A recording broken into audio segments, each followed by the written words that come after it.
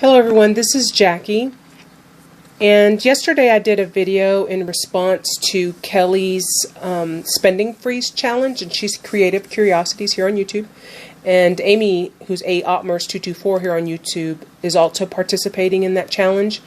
And so while I can't 100% do what they're doing, I have made some challenges to myself, one being that I will make more of my own paper flowers.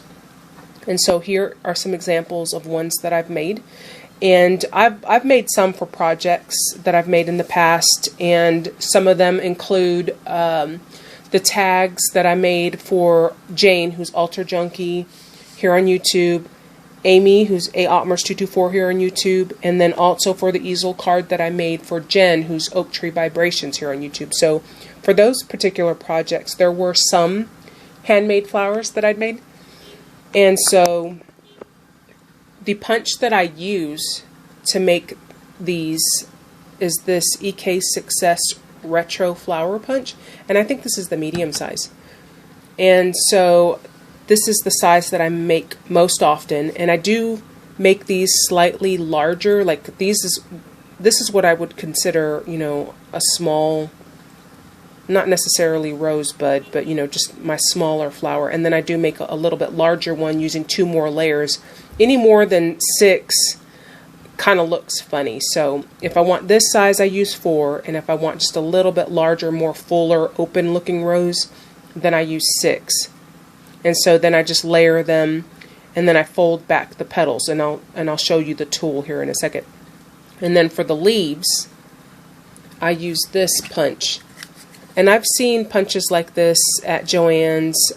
This particular one I got at Hobby Lobby, and it's the Paper Studio brand. And I know I've seen them at Joann's and possibly Michael's. So those I use for this size. I use that punch for the leaves. And when I make them with the 2 extra layers, I just use this one, and then I just shape the leaves to look more like this.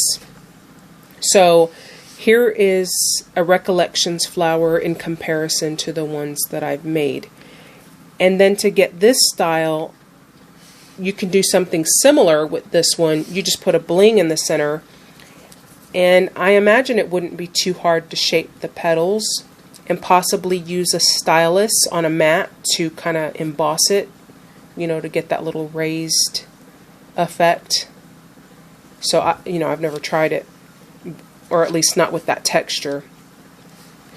And so this one, recently I purchased I think it's the extra large EK Success Retro Flower Punch, and so this was the first and only time I used that punch to try to make a flower, and it's just ginormous. I don't like it, and so I'll just have to go back and fiddle with it some more, and maybe I've done something wrong because it's so tall. I mean, if it stood up off the paper that tall, that's just not attractive at all. So I'm thinking with this one, it would be best to use the end of a paintbrush to curl back the petals, because using those tweezers, it kind of has a little bit of an edge, if you can see that there, that I don't like.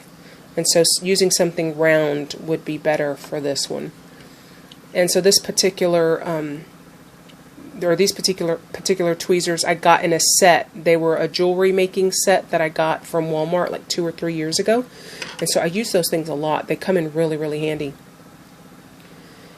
And so the tutorial that I followed to make these flowers was Leanne's, and she's Lovely Scrapping here on YouTube.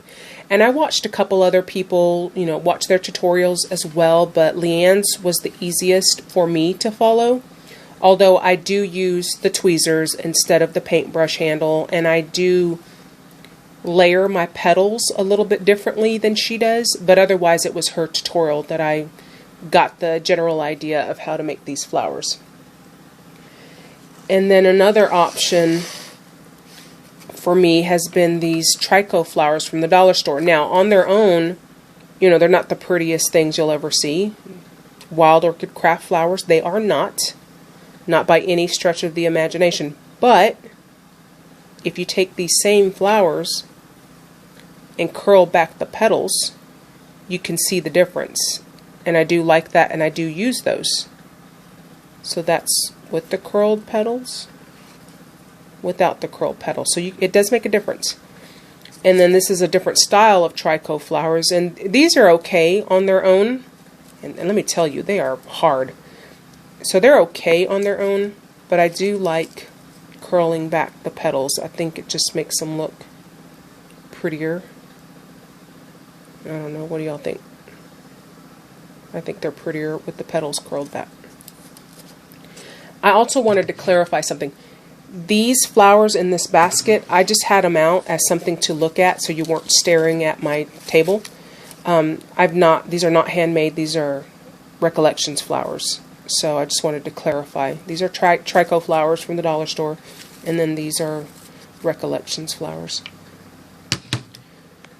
So yeah, so this is one of the things that I have challenged myself to do, to make more of these handmade flowers. And because they're pretty, and you're not gonna find, you know, a million other people with this, you know, exact same flower. So, you know, it's just a very good alternative to purchasing. And so here are some more that I've made. And I'm going to redo this because I'm thinking that is just way too busy. And so I made the little turquoise flowers because I'm going to take these off and maybe tuck the smaller ones in because, like I said, I think this is just way too busy. Oh, anyway, so let me show you. That's part of my canvas. I don't know why it's taking me so long to do that, but anyway. So there we go.